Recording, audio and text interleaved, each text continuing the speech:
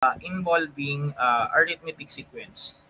So yung second part ng discussion, try na rin natin siyang isingit since nasa around 43 minutes pa lang naman tayo. So I think we can still finish yan around 1 hour or before 1 hour. Meron na naman tayong tatlong given na lang naman. So meron tayong 3 more given for the geometric sequence. So meron tayo dyang situation wherein ang hinahanap is yung in term ng geometric. Meron tayo dyang situation wherein hanapin natin yung sum ng geometric sequence. Again, ito na yung formula, ito na yung material na ginagamit natin for this live stream. Wala pa to sa Google Drive natin. I am planning to upload this by this week since exam period na. Think ko pwede natin itong panoorin as part of our review. Kasi actually hindi na nga lang din siya review kasi hindi na natin itong mga cover especially for some of the sections na dadaanan ko especially for this week. So done na tayo dun sa part ng example number 4. So we will proceed to the last 3 examples. So dun tayo sa example number 5. So example number 5, find the common ratio of the geometric sequence if the first term is 24 and the fifth term is 57,624. So ito yung magiging given sequence natin. So yung 24 natin is our A sub 1. So yung tatlong blanks natin, meron tayong A sub 2, A sub 3, and then we have A sub 4. And then itong part na to hindi na lang natin lalagay as A sub n. Naka-define naman sa problem that this is A sub 5. So itong nasa screen natin so far, ang example natin, hindi lang siya basta geometric sequence. This is best example for geometric means. So nature of the sequence, it is given that this series is geometric. So ano yung mga known quantities natin? So number 1, yung A sub 1 as 24. Yung A sub n natin or A sub 5. Pero maganda, lagyan ko na lang din ng A sub n.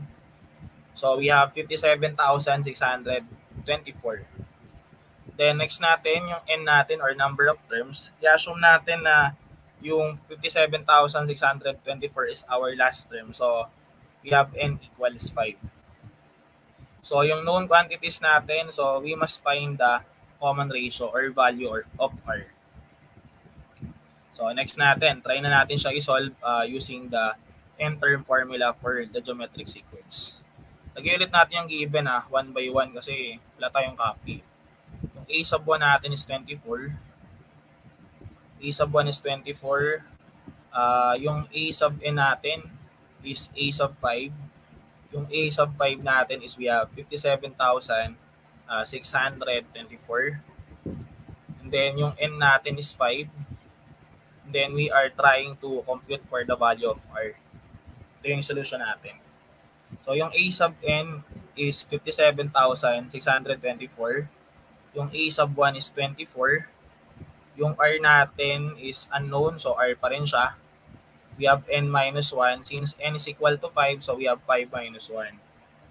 So meron tayong kakopy na lang na 57,624 equals 24 times r raised to 4. R raised to 4 na siya since we have 5 minus 1. Next natin, dito sa part ng solution na to, copying ko na lang ibang part. So I have 57,624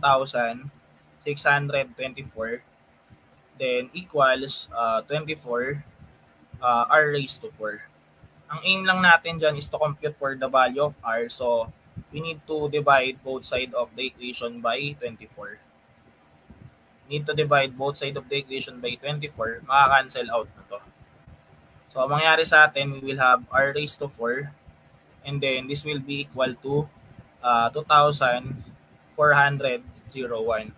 Since ang involved dito is more on numbers lang, since naka-raise to by 4, hindi lang 7 yung sagot natin. Diba na-discuss ko na to especially sa module 4 na if ever na maka-encounter tayo ng even na exponent, we can have positive and negative value for our ratio.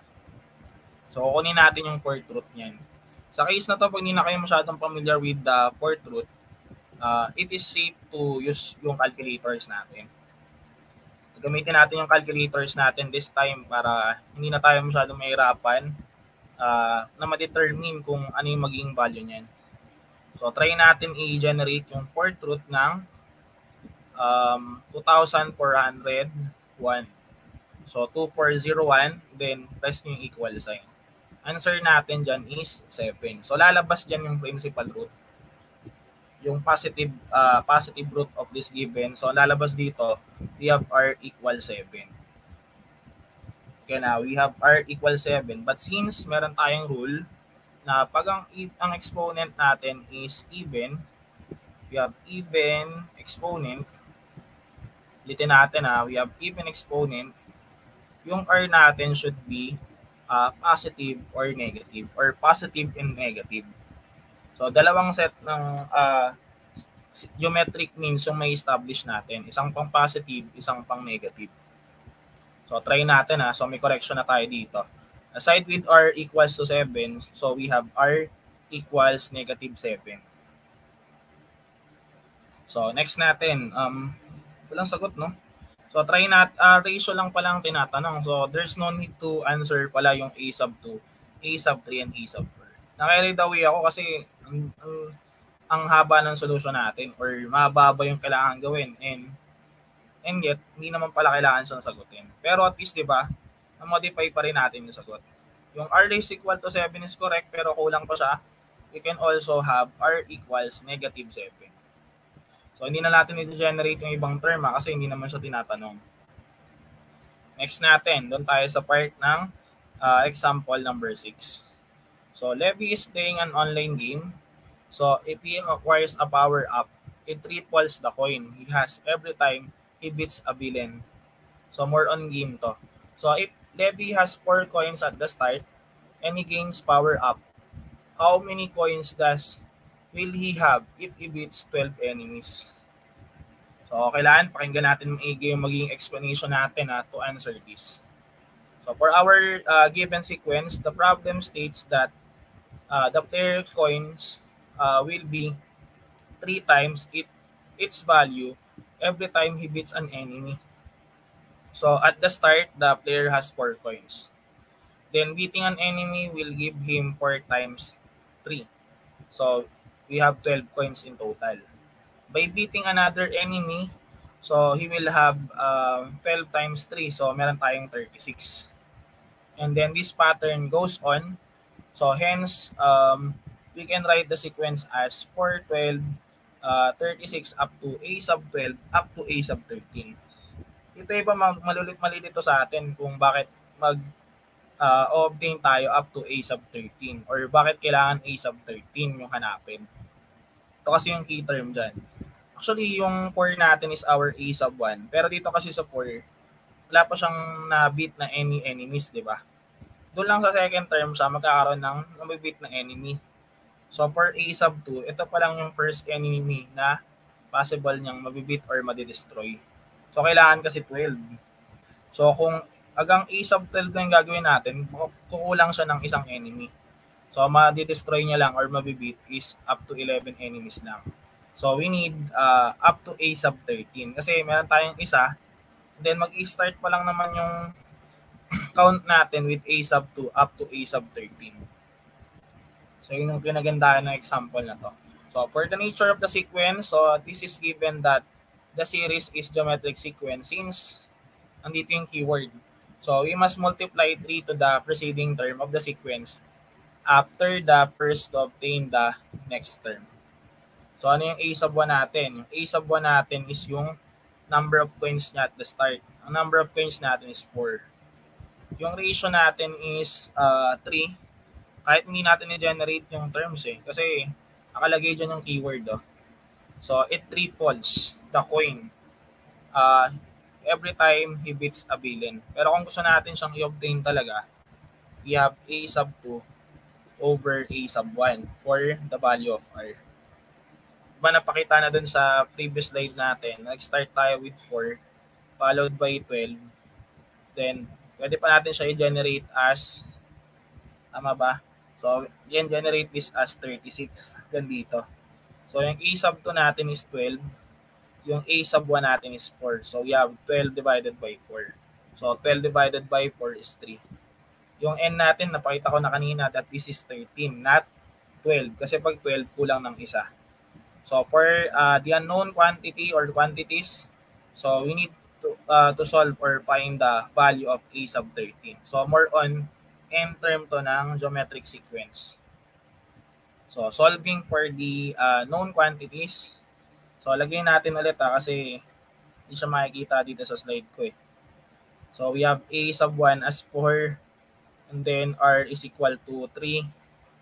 Yung N natin is 13. And then we have S A sub N or A sub 13. Ito yung inaanap natin. Ito yung mga corresponding given that we need to consider. Yung A sub N is A sub 3. Yung A sub 1 is 4. Yung R raised to N minus 1 is 3. Since ang ratio is 3. So we have 13 minus 1. Medyo mahirap to because naka-raise to 12 siya. So you need the use of your calculator. So we have 12. So meron tayong 4 times 3 raised to 12. Itong 3 raised to 12, siguro para ma-check na lang natin kung tama yung nakalagay dito sa solution, gamitan na lang natin ng calcu. So we have 3 raised to 12. So 3 raised to 12 is 531,441. So tama lang yung nasa slide. Then syempre, lastly natin, multiply natin siya by 4. So upon multiplying this by 4, ito yung lalabas. So medyo malaki-laki yung sagot natin. So pag nakapag-beat daw si Levy ng 12 enemy, so mayroon na siyang ilang coins. So 2 million. Actually, hindi na to basta-basta ng coin. So we have 2,125,764. So for our final answer, thus Levy has 2,125,764 after beating the 12 enemy. So doon na tayo sa last one. Ito na yung last and final example natin for geometric sequence. And then meron siyang some touch din ng business math to. So we have business math. So example number 7, a businessman initially deposited 50,000 pesos in the bank that offers the interest rate of 6% compounded annually. So the money, as long as it is invested in the bank, grows according the table. So actually, hindi na nila basta-basta in-interpret lang eh. Yung 6% compounded annually. So nag-grow daw yung money ng 6% every year. Nilagyan pa siya ng table kasi for those students na hindi masyadong use with business math, mahirapan pang malaman na after a certain period, mag-increase yung money natin. Dito kasi nag-start tayo with year 0, yung starting time natin ng investment. So this is 500,000 or 500,000.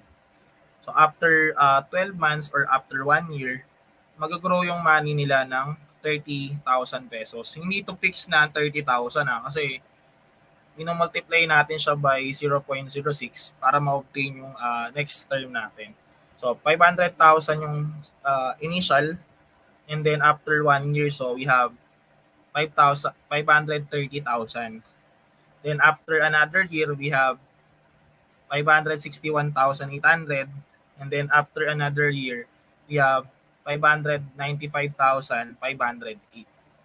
So if this pattern goes on, how much money will the businessman receive in the 10th year? So dito sa slide natin, meron na tayong up to 3. So ang kailangan na lang natin is 4, 5, 6, 7, 8, 9, and 10. So meron tayong initial up to 1 year, up to 10 year. So ma-observe natin yan. So in the given sequence, the problem stated that the initial invested money was 500,000 pesos. Hence, this is our A sub 1.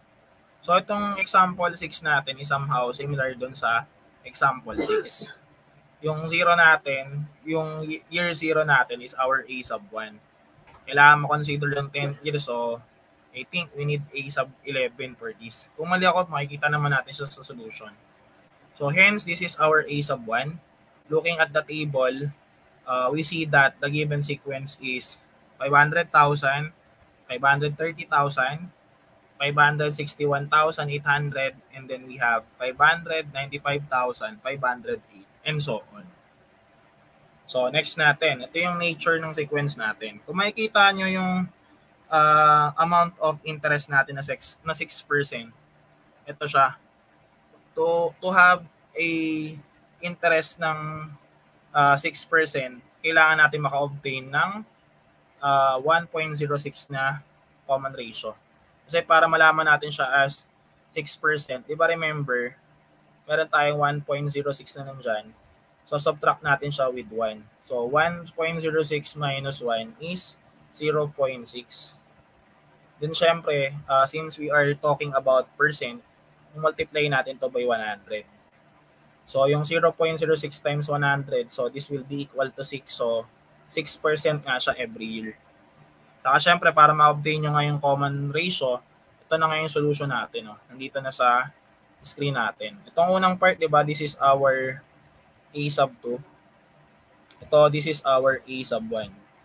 So yung 530,000 divided by 500,000 is 1.06. Itong part na to is our A sub 3. This is our A sub 2. So yung 561,800, i-divide natin siya with 530,000. Ang answer natin is still 1.06. Then yung last part natin, this is A sub 4. Then divided by A sub 3. Yung A sub 4 natin is 595,508 divided by 561,800. Ang answer natin dyan is 1.06. So we have the geometric series with the common ratio of 1.06. So ito yung mga known quantities natin. Yung A sub 1 is 500,000. Yung R natin is 1.06. So tama yung guess ko kanina, di ba? Na yung example 7 is quite similar with example 6 na kailangan pa nating mag-consider ng one more given kasi nga pag A sub 1 up to A sub 10 lang yon, hanggang 9th year lang yung na-consider natin. Ang kailangan kasi natin ma-obtain is up to 10th year. So we have n equals 11 since we include 0 as yung initial amount of time or money for our deposit, kasama yon as our A sub 1. So we have up to A sub 11 as our 10th term or 10th year of yung savings natin or investment. So for the unknown quantities, we must find the value of A sub 11. Mahaba lang to tignan pero madali na to kasi nga we can use calculators naman na. So try na lang natin tong i-obtain. So yung A sub 1, ulitin natin, this is 500,000. A sub 1 is 500,000. Yung R natin is we have 1.06. Yung N natin is we have 11. Ang aim natin is A sub N or we need to find A sub 11. So ito yung kailangan nating ma-obtain. Next natin, using the formula for N term, yung A sub N is A sub 11. Yung A sub 1 is 500,000. Yung R is 1.06. Yung N minus 1 is 11 minus 1. Diba? Since yung N is 11. Then, ang gagawin natin, simplify. So, we have A sub 11 equals 500,000 times 1.06 raised to 10. Siguro i-check na lang natin dito, no? Sa calcu kung correct tong part na to. Hindi ko na rin siya ipapakompute sa inyo kasi nga medyo mahirap to eh. So we have 1.06 raised to 10. Then press natin yung equal sign. So we have 1.790847,697. So kinapin natin yung something nandun sa directly dun sa calculator. So after that, multiply natin siya with 500,000. Ito yung corresponding value na lalabas. Ito yung corresponding value na lalabas. So we have 895,423.85. So since this is money, so kailangan natin siya express dun sa right unit natin. So for our answer, the businessman will receive 895,423.85 pesos and 85 centavos after 10 years. So, ito na yung magiging money niya. So, kumita siya around 395,000, di ba? Mula dun sa initial amount of money niya na 500,000 pesos. Although hindi naman siya tinatanong, pero binanggit na lang din natin para kung meron tayong ganitong type na meron tayong deposit, ma-observe natin na okay pala siya, di ba? Kasi mag-grow siya ng around 300,000 after 10 years. So, for the meantime, dito lang muna mag-end yung session natin. So, pag meron pa tayong time next time, I will try to facilitate na yung next topic natin. For week number 6, ang topic na doon is tungkol na sa polynomial. So, mas mahirap siya ng konti compare with week number 1 up to week number 5 discussion.